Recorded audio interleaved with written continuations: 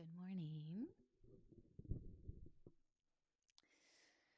Good afternoon. Good early morning, wherever you're tuning in from. Oh, hi, Mary. You're so welcome. And I think you're up in Maine. Am I making that up? I think you're up north. It's a pleasure to be here. And, well, first off, can folks hear me?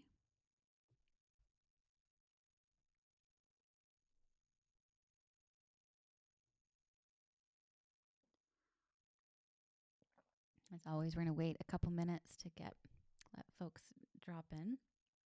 And today we are going to go into the nervous system and how that relates to our capacity to not just experience ourselves, but have authentic, mystical experiences and be able to trust them, that they aren't coming from a place of hallucination,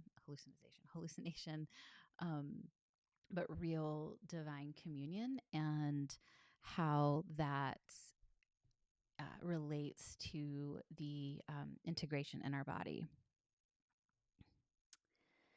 So, oh, good. Okay. Yes.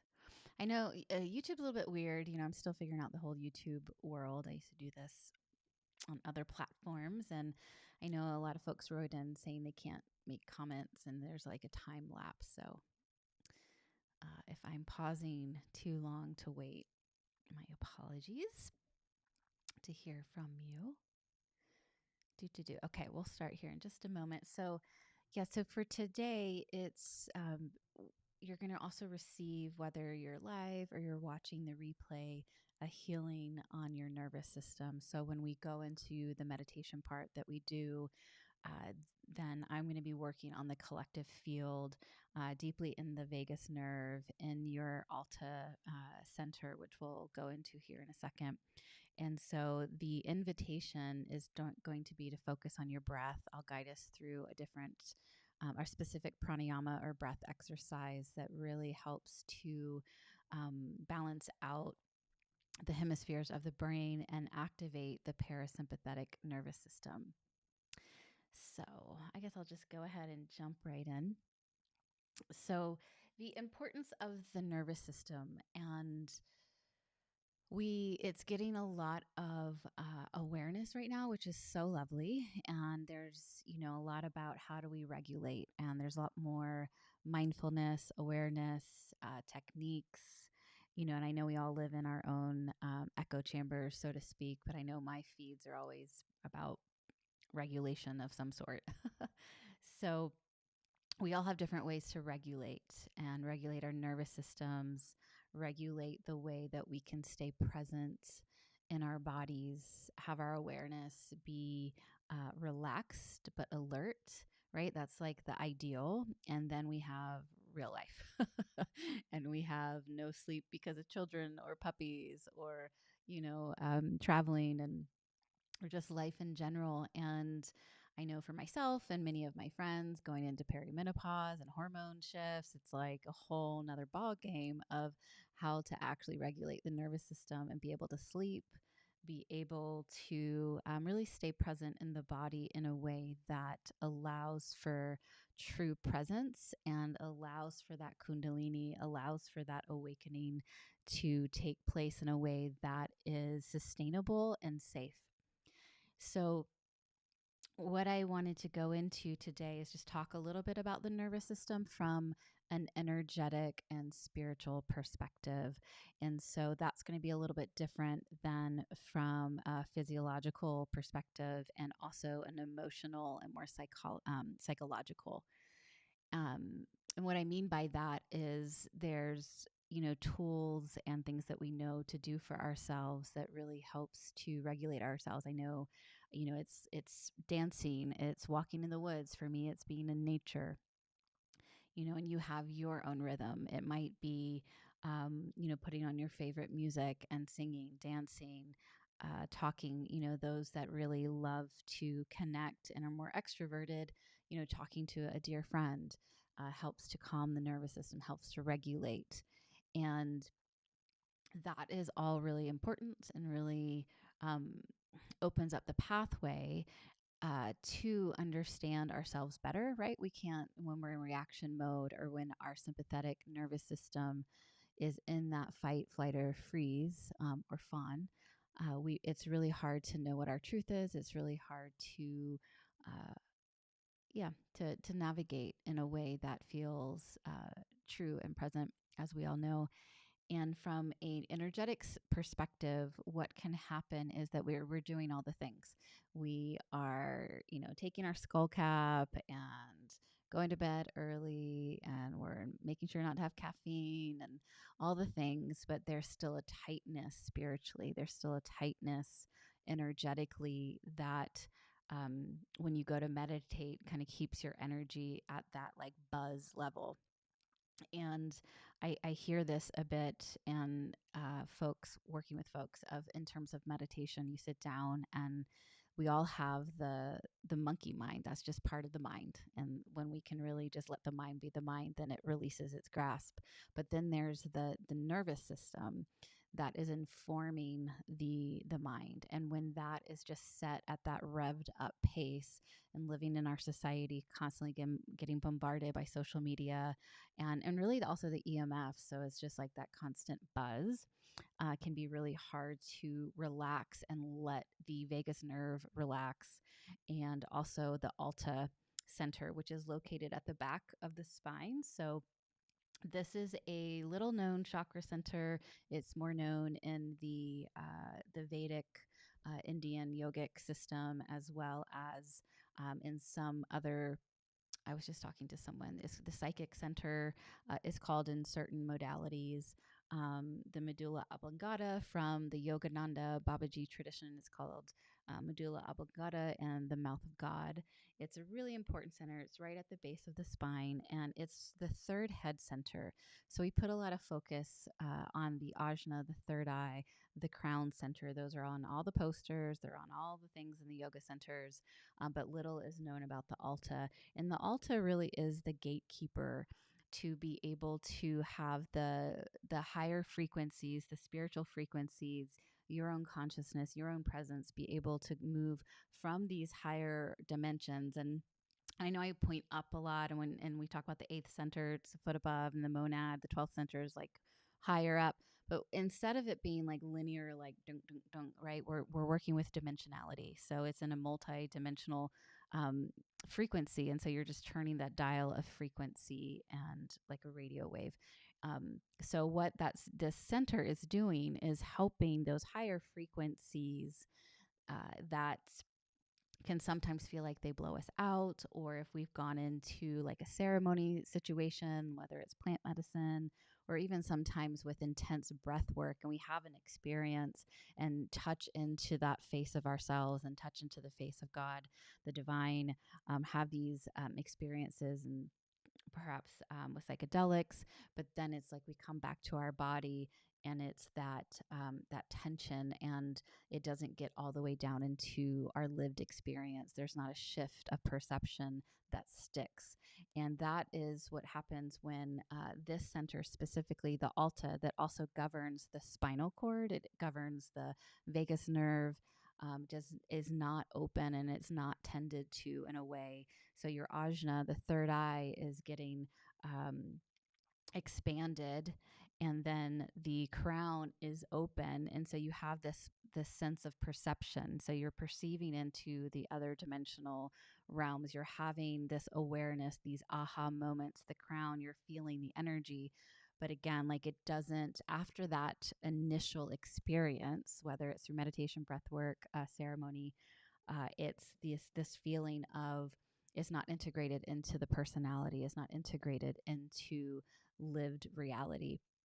And so, what you want to do, and we're going to be going into this, we want to really spend some time with the Alta Center, the Psychic Center, because it's these 3 points. So, you have the ajna, the crown, and the back of the head. When these are all three in alignment, then it's the energy of your soul, the divine, the higher frequencies can make its way down into the vagus nerve in a way that's sustainable, and it opens up the doorway for there to be true communication that is this not just a high or an experience. Is this making sense?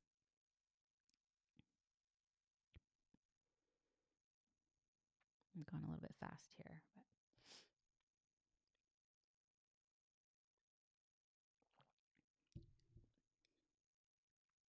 So as I mentioned, the Alta, the gatekeeper. So it's we have the will of the soul and we have the will of the personality. And as we all know, as humans, our lifetime is really spent in this journey of what what are we listening to, and which part of ourselves are we tending to. And there's a way that you know evolution happens whether we like it or not. It might be slow, it might be lightning fast, but there is this way of to be able to really court, so to speak, right? When you have your personality days, the years that you spend and trigger, the years that it's almost like a veil is over your eyes. And then we have these awakening points. Often that's through the moments of suffering, moments of those big initiations, whether it's a loss of a loved one, loss of a job, loss of a relationship. It's just how we're wired to really, we don't like seek out the those hard initiations. Usually they're just brought to us by our soul. And so the center and the way that the whole head center in and of itself works together is really it's a good diagnostic. When you can tune in to how all three are in communication with each other, is how easeful those initiations can be. And so the will of the soul and the will of the personality, when the personality and is now in service to the soul, there's this energetic coherence, there's a flow. And there's also a lot now in the collective consciousness, which is beautiful and great, about the heart brain coherence and really getting the heart center and the brain to be in alignment. And when you feel those moments where it's like, oh, there it is, right? We have like the trickle moments of like, oh, there's the coherence. And then we have those like, okay, my whole system is truly in um, this syncopation of flow in a way that's beyond even the efforting. And that is really when, and for those, I know some of you are here that go to Dr. Joe Dispenza, and do his meditations. That brain heart coherence is, once those moments click in, it's because all parts of the heart, I mean, the head center, the Alta, the Ajna, the crown, are in their own coherence. And then when you add in the heart, and the importance of this, and the importance of the vagus nerve, the importance of being able to flow into the body. So then the heart center opens, and the heart center can have this communication, because you're not going to get that Kundalini awakening. You might get these small awakenings, like so often there's, when they're shaking, or if there's movement in the spine, we assume that's Kundalini. A lot of the times that's really just the nadis, meridians, and the Chinese medicine system, but the nadis and the Indian yogic system get activated. And so it is energy moving, but it's very different than when that Kundalini that's at that base of the spine, when that Kundalini starts to rise and move from the lower three centers, hitting the heart, then coming up into the brain. That's like a whole different ballgame. And so when the heart center, you have this whole center and the nervous system on board in coherence, there is a state of opening, relaxation, surrender. Then the heart flowers in a way that allows for the energy to not only move down, the spiritual energy, the higher frequencies to move down via the vagus nerve, and also the central column that is in the etheric form goes into the base center, and that's where the Kundalini resides. And so you need that heart center and the base of the spine and those head centers to all be in not just communication, but a way that it creates this magnetic, dynamic energy relationship that then allows the energy to then rise back up. And then we have those experiences that are brought on from within. It's not from anything on the outside. And that is what the vagus nerve is instrumental in the rising of the Kundalini, is instrumental in your own spiritual growth, awareness, and really the consciousness in which you can hold within your form, within your body.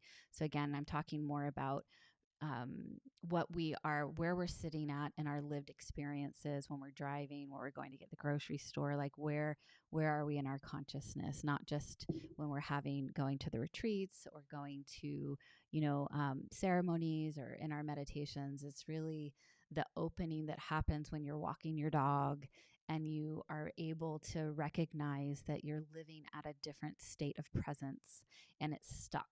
Do you know what I mean? And that's the juice. The other experiences, and don't get me wrong, like I'm a ceremonialist, I hold ceremony, like I'm all about creating time for those special prolonged experiences of meeting yourself, letting the ego, the personality take a step out. But it's really in the mundane that we can really pierce through into a place of like true holding in our consciousness, an awakened state of being. And as we all know, it's like Thich Nhat Hanh always said, it's just like, if you really want to know where you're at spiritually, go home and spend a week with your family. And having lived 2 years next to my family down in Charleston, that I found that to be very, very true. And very helpful, really helpful actually, to really work those edges that I thought were worked out. So that was a lot of information. So I just want to pause and see if it's landing, if anyone has any questions before we jump in.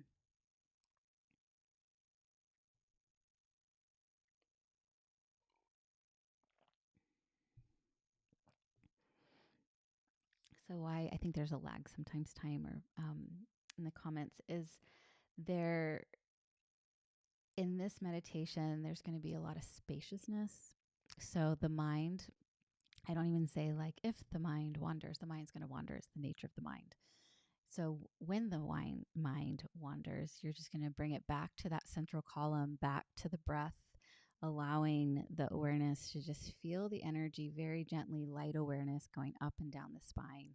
And I'll be working on the collective field and on these really specific points that help to, on the spiritual level, open up the vagus nerve points, the Alta Major points.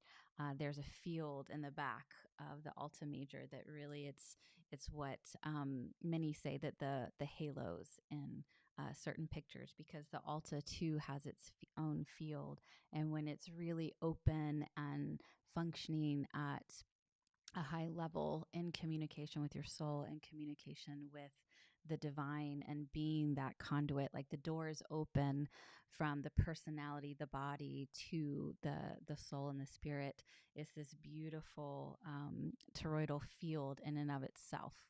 And then that mixes with the heart and its own toroidal field. So it's a really beautiful deep practice, and you might notice yawning. You might feel like you want to go to sleep. You might feel like all of a sudden your bladder is like, I have to go to the bathroom. The vagus nerve is the longest nerve in the body, just on the physical level.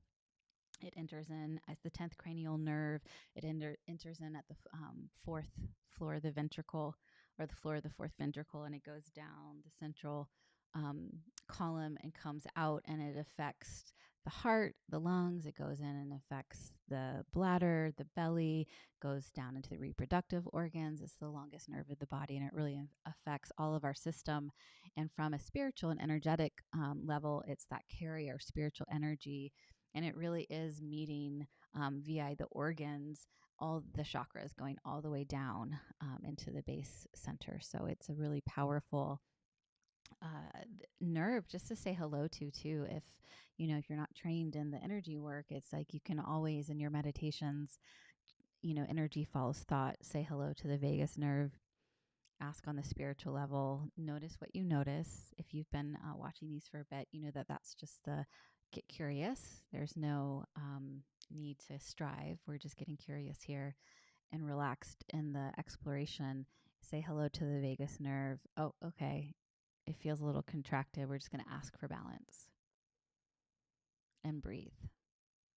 These are all very simple. And for whatever reason, us as humans, we think if we need the complexity to really be powerful, and it's really in the simplicity that we can make a huge difference in our lives and in our waking experience. All right, love. So I don't think there's questions. I'm going to jump on in, move some things around.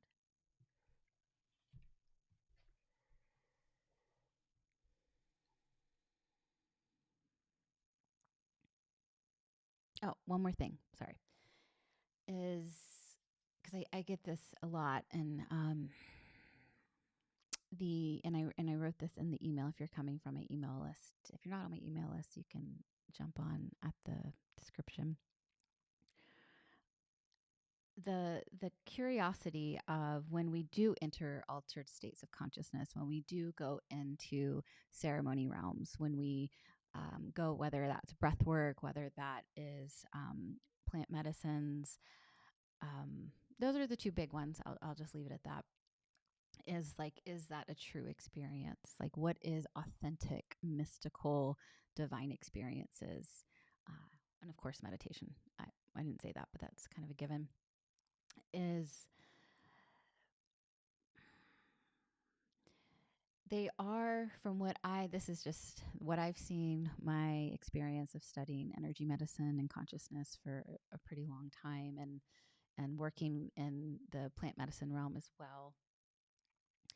And what I have noticed and seen over the years, it's those moments that are incredibly beautiful, important when we step into the ceremony field, when we are able to surrender our attachments, we're surrendering our agenda to the great mystery. And we can also add that intention every day that we sit down into our meditation. There is no meditation that's going to be like the one the day before, and there's no bad meditation. Similar to different experiences we can have when we are in altered states of consciousness. There is no bad ceremony. There's no there's no good, bad, right, wrong, right? It's just what is. However, when folks ask of like, okay, I saw this, or, I worked with this divine being that came in, is that real? Is that my imagination? And there is again, like my teacher always said, it's like, what's real? What's like, am I losing my mind? Am I going crazy? Am I just like in this other realm? And it's like, can you function? Can your body handle the frequencies, the offerings during those experiences?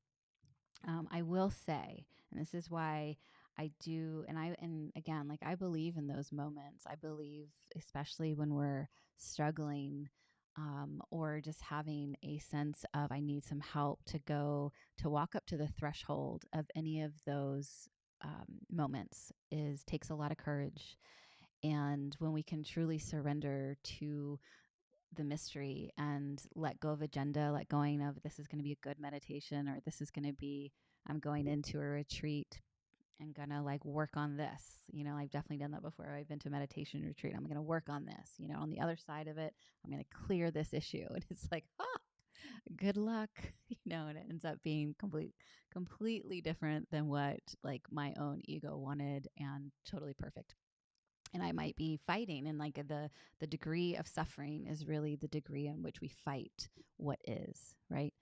And so there is, though, a sense, going back to this, is when, again, like the ajna, the third eye has been so expanded, and whether that is through breath work, and I mean more of the like shamanic breath work, which I love, and the holotropic breath work, where you're like like really powerful, like we are activating the system.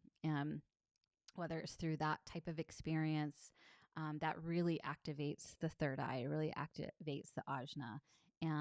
Or when you're on any sort of medicine that is, you're going straight into the brain. I'm not going to get into the like physiological part of it, but you are activating the ajna in a way that is pretty extreme, right? You're going from like normal consciousness, I can drive my car, to definitely can't drive my car. And I'm not really like totally, there's a lot going on besides waking life, right? So what happens is the ajna gets really expanded. And where you want to be careful with, because I've seen this a bit with folks that habitually do medicine or habitually do breath work without the day to day, the less exciting, the less glamourful, like just the boring part of sitting, like just like sit down and breathe, watch the mind, and tend to your system, tend to your chakras. Like that is like so much less fun or colorful than I'm going to go to this big ceremony or I'm going to this retreat, right? And on it, like people don't want to do it, right? It's like it's there's habits, there's life. It's so much easier to not do it. And what happens with that, what I've seen is when people, it's like we can step from true illumination and true piercing the veil into the delusional hallucinogenics in a way that there are hallucinations in the different astral realms. And I won't go too deep into like the levels of the astral realms, but again, like, so what, because this altar, this will not be open without daily practice, without intention. When I lived at the ashram at Yogananda's studying Kriya Yoga, we spent so much time, and we wanted to get to like the other parts and the, like, you know, seeing the like the blue pearl and all the things. But we spent so much time working on this back center because that's what's going to balance out. You won't have to ask anybody, was that real? Because you will feel it. You will be able to have the access point from the spiritual realms into the personality in such deep communication that there will be no questioning. Like no one else. In fact, if someone else said that wasn't real, you could be like, oh, well, peace out. That's not my experience. And that's not what is true for me. So whenever, you know, folks get caught in this, you know, the sight, the clairvoyant part where you have a lot of visions, you have a lot of hallucinations, and it feels more like watching a movie, and then that movie becomes very distorted. And, you know, you know, folks that have really gone like deep in and doing ceremony without the integration pieces, that's like become the habit, become the crutch. Then it's really the third eye is, yes, it's open, because I think we think in our culture like, oh, if you open up, or not our culture but the subculture of, if we open up the third eye, you know, oh, you see. And it's like, well, you can see, there's a lot to see. Being a clairvoyant all my life, there's a lot of realms to see. And it doesn't mean that you are spiritually aware, awake, or advanced whatsoever in your own presence in your own body. So as a little side note, I feel very passionate about that. And I hope that makes sense. And like, again, the importance of daily practice, the importance of doing the things that are less, like to have less glamour around it. And that's really where the seat of love and the seat of presence and those moments where you'll have those places of oneness without any help from the external. And that's really the, you know, when you know you're on the path truly of self-mastery. Okay, that is, I'll get off my soapbox and we'll go into it. Thank you all for who are sitting with me on this one, hanging out. Okay, so like always, you want to get comfy.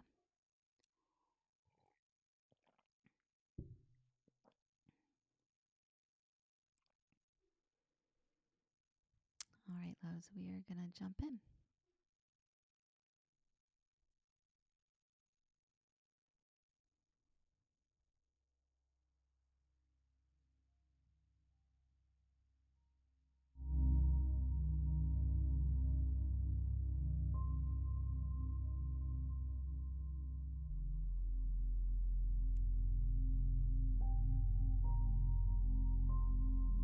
Taking these first few breaths to settle into your space.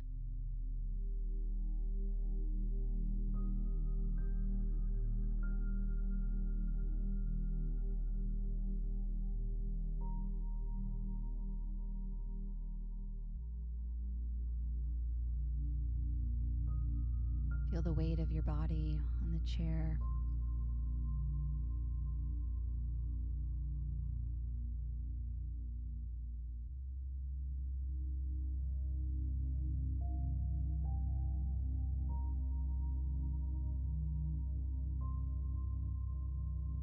In the next few rounds of breath, summoning yourself to yourself.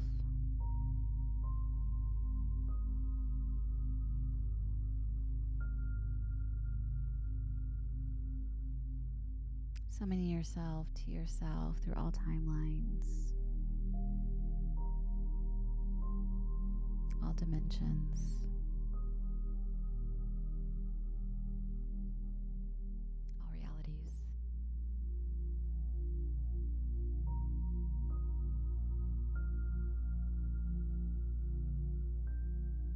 That you are enough, just as you are in this body, in this lifetime, in this moment.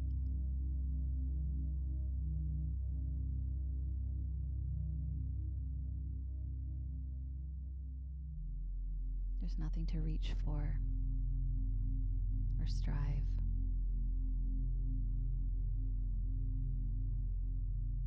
Noticing the space around your body.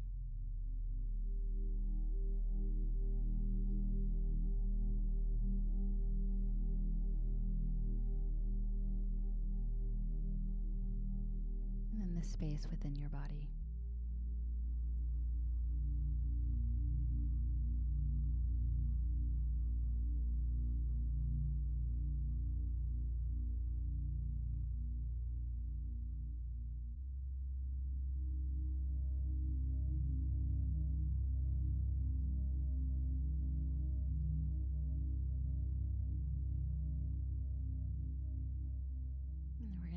Together, do a 4-part breath where you'll inhale for the count of 3 or 4, whatever your breath capacity is. We're going to hold the breath in for that same count. It's going to be individual. And then exhale for that same count, and then hold your breath out. And I'll guide you through it. Everyone exhaling together.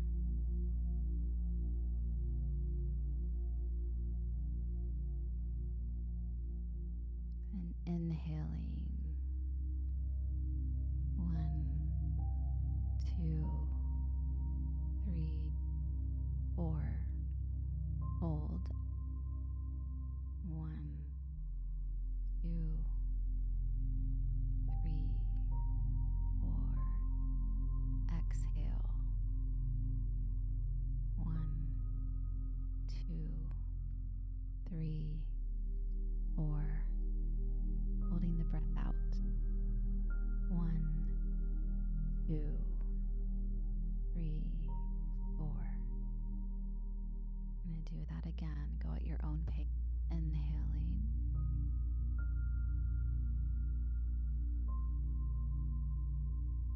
Holding the breath in.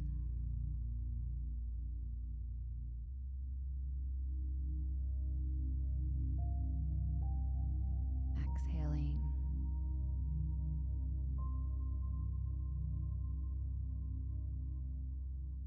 Holding the breath out.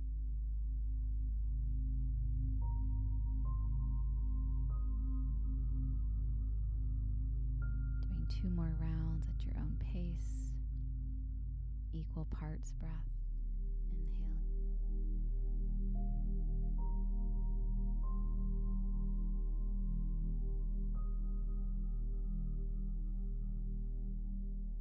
Holding.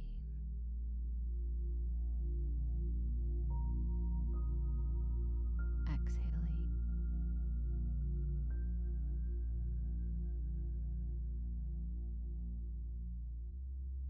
Holding the breath out.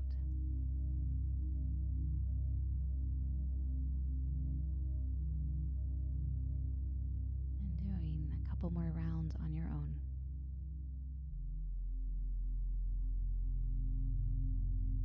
Seeing how present you can be with the breath, becoming one. each step.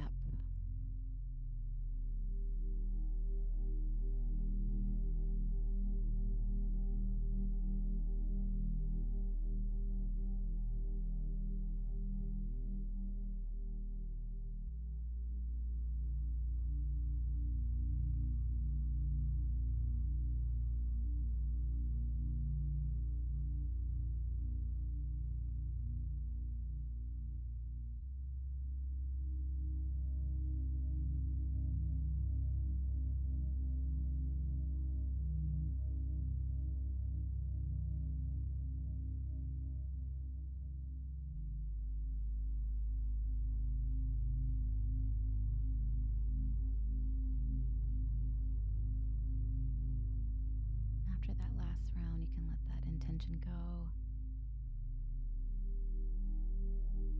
Let your breathing go back to its normal rhythm.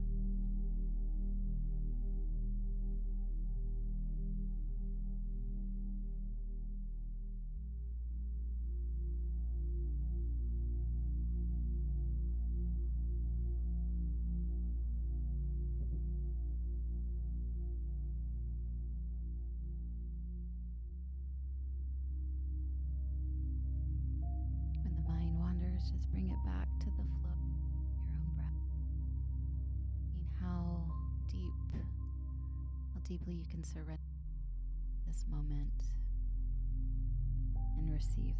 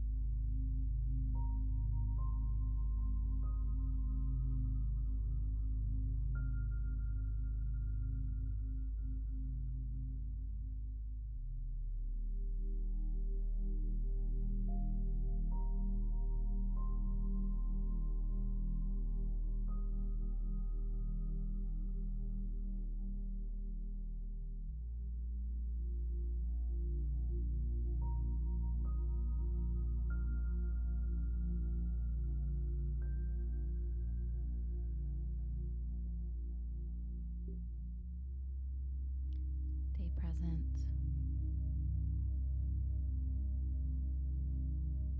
allowing your nervous system to relax, the vagus nerve to open, the alta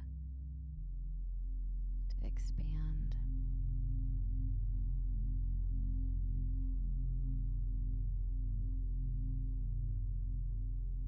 Just working on the field of the collective.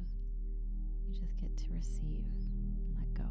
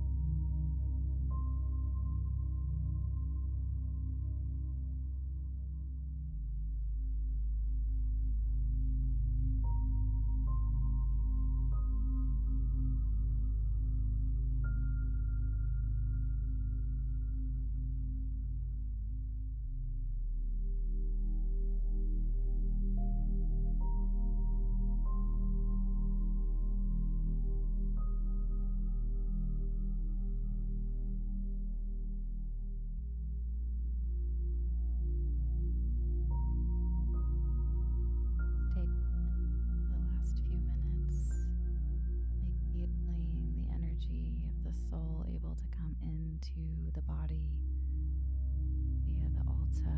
The vagus nerve starts to open.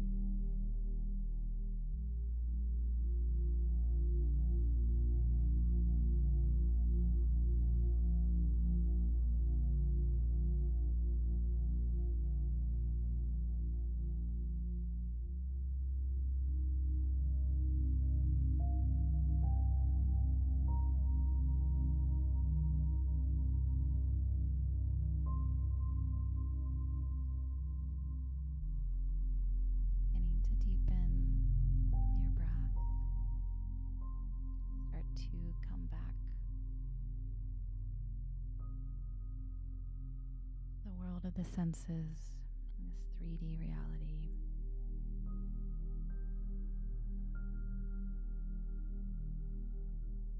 Slowly wiggling your toes and your fingers.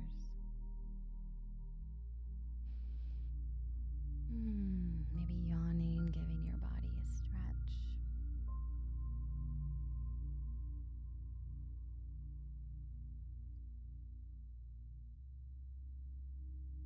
When you're ready, you can slowly open your eyes.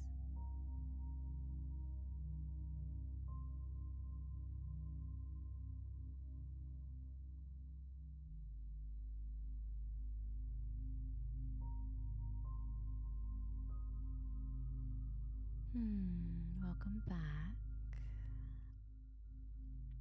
If anyone, of course, feels like sharing in the chat, or those that can't share on YouTube, I love receiving your emails about what's going on, so feel free to reach out that way. If anyone does, I would love to hear what you experienced, if you felt a shift.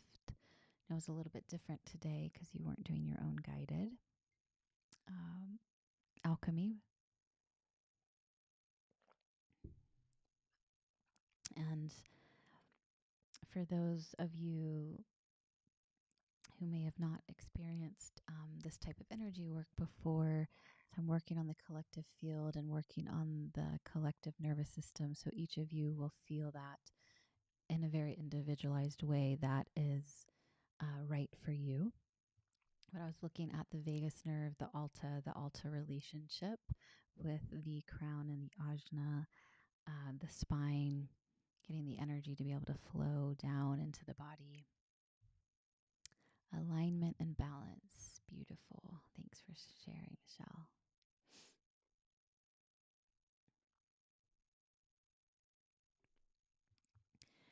So it's a subtle adjustment and attunement and alignment. And so be gentle with yourself. Drink lots of water. Again, the way that you can work with this is calling forth your vagus nerve on the energetic dimension. So just as you work with your energy centers, saying hello to the solar plexus. You can say hello to the vagus nerve. And the more you practice that awareness, that refinement of the subtle energy realms, the more you'll be able to, be your own healer and be able to spot, especially if you're in an extra reactive space and or in a situation that you might be a little bit more buzzy, then this is a good practice to just tune into the alta, tune into your nervous system in general, the central nervous system, the autonomic nervous system, really inviting in that vagus nerve activation that will then kick on the parasympathetic nervous system. And through that, it allows the energy to flow with more ease. Miss Hillary, I felt a deep release in my heart and solar plexus. Beautiful. Oh, and a yin yang type of balance. Yeah, it's really so important. I love that awareness of the yin and yang, like the masculine and feminine, because when the parasympathetic nervous system, it's a balance between the right and left hemispheres. You're able to um, have that surrender, but in an alert way. So it's like relaxed awareness.